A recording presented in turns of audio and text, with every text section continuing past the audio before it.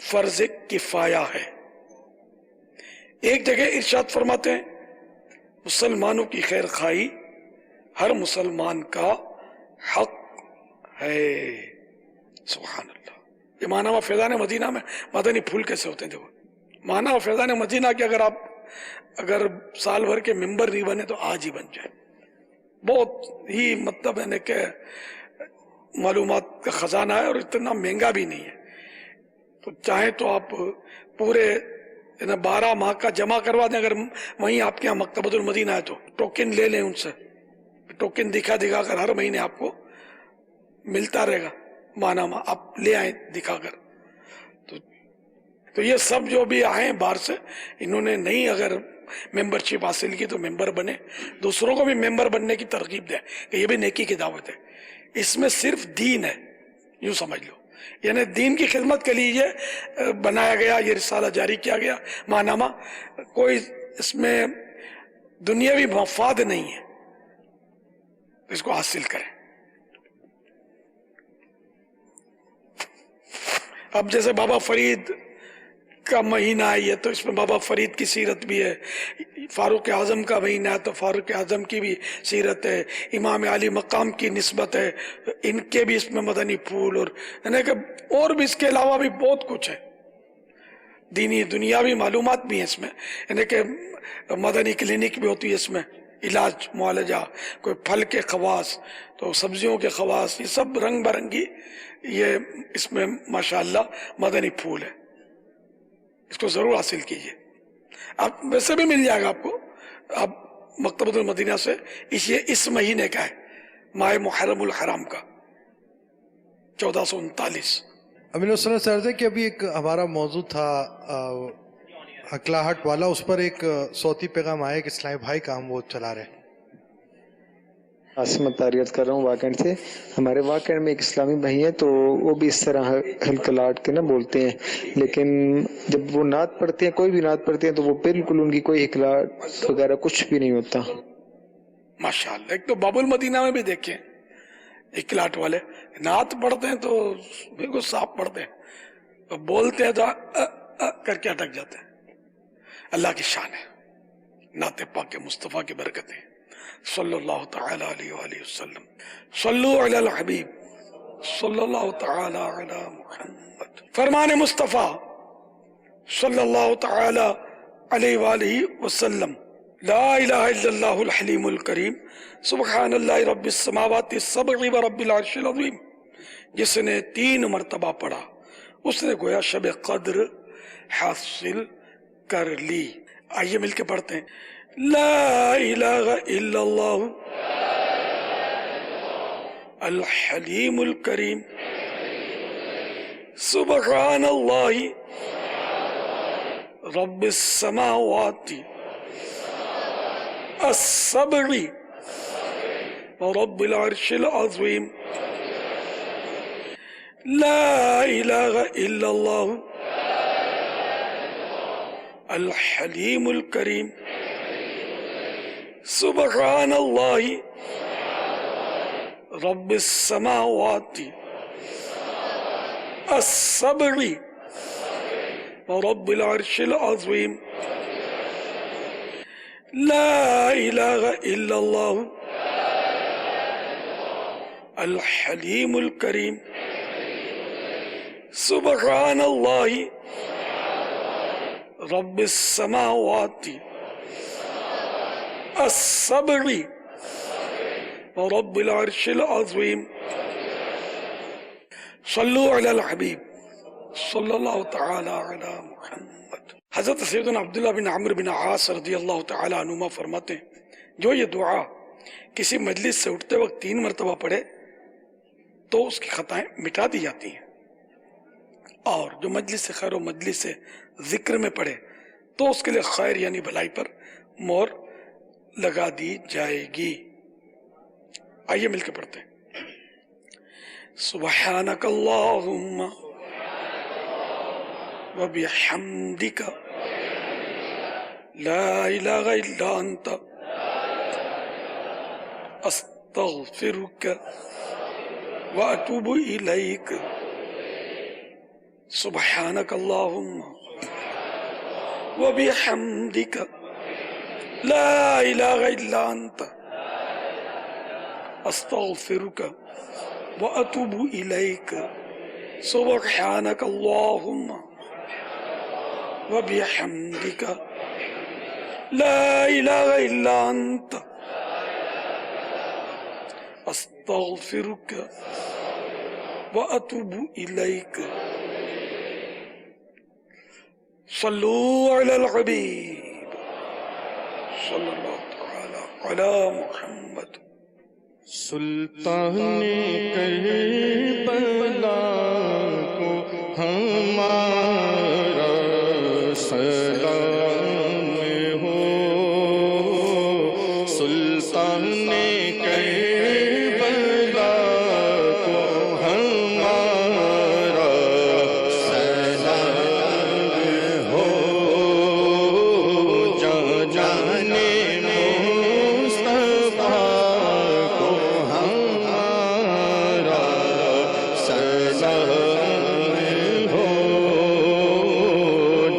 جانے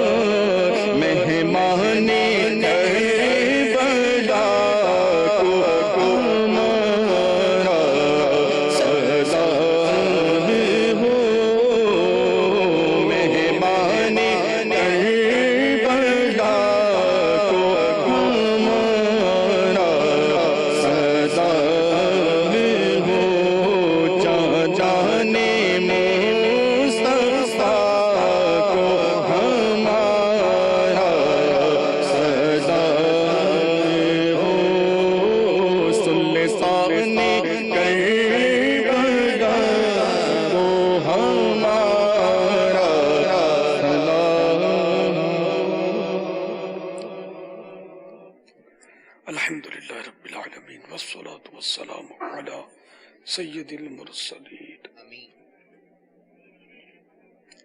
اللهم ربنا آتنا في الدنيا حسنة وفي الآخرة حسنة وقنا عذاب النار.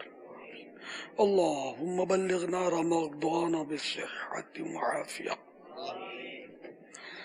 إن الله وملائكته يصلون على النبي يا أيها الذين آمنوا صلوا عليه وسلموا تسليما. صلى الله على النبي الأمي وآله صلى الله عليه وسلم صلاة وسلاما عليك يا سيدي يا سيدي يا سيدي يا مكي يا مدني يا عربي يا قرشي يا هاشمي يا مطلبي يا رسول الله. سبحان ربك رب العزة عما يصفون وسلام على المرسلين والحمد لله رب العالمين. لا إله إلا الله محمد رسول الله صلی اللہ تعالی علیہ وآلہ وسلم. مدنی مذاکرہ ہے شریعت کا خزینہ، اخلاق کا تہذیب کا طریقت کا خزینہ. مدنی مذاکرہ ہے، مدنی مذاکرہ، مدنی